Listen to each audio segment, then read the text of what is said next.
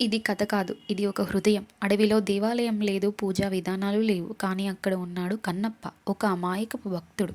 మంత్రాలు తెలియవు, శాస్త్రాలు తెలియవు. కానీ శివుడంటే ప్రాణం. ఒకరోజు అడవిలో ఉన్న శివలింగాన్ని చూసి కన్నప్ప ఆలోచించాడు. శివుడు ఇక్కడ ఒంటరిగా ఉన్నాడు. ఆకలిగా ఉండి ఉంటాడు. తనకు తెలిసిన విధంగా తన జీవితంలో ఎలాంటి ఆహారాన్ని తీసుకుంటాడో అదే ఆహారాన్ని ఎంతో ప్రేమతో ఆ శివలింగానికి ఆహారంగా సమర్పించాడు. ప్రపంచం దీన్ని తప్పు అనొచ్చు. కానీ కన్నప్ప హృదయంలో అది పవిత్రం. ఎందుకంటే ఆకలి తీర్చే భక్తి.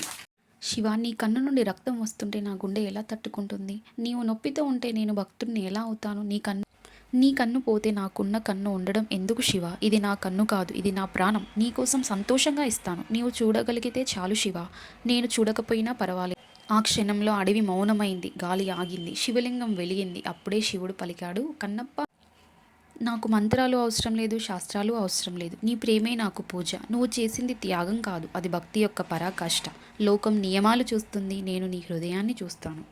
ఈ భూమిపై నీ భక్తికి సమానం ఇంకొకటి లేదు కన్నప్ప. నీ కన్ను నీకే తిరిగి ఇచ్చేస్తున్నాను. కానీ నీ పేరు యుగాల పాటు నిలిచిపోతుంది. ఈ రోజు నుంచి నీవు భక్త కన్నప్పగా ఈ భూమిపై పేరొందుతావు. నీ కథ భక్తికి అర్థం చెబుతుంది, త్యాగానికి దారి చూపుతుంది. భక్తి ఆడంబరాలతో కూడిన పద్ధతుల్లో కాదు, నిజమైన భక్తుడి హృదయంలో ఉంటుంది. ఓం నమః శివాయ.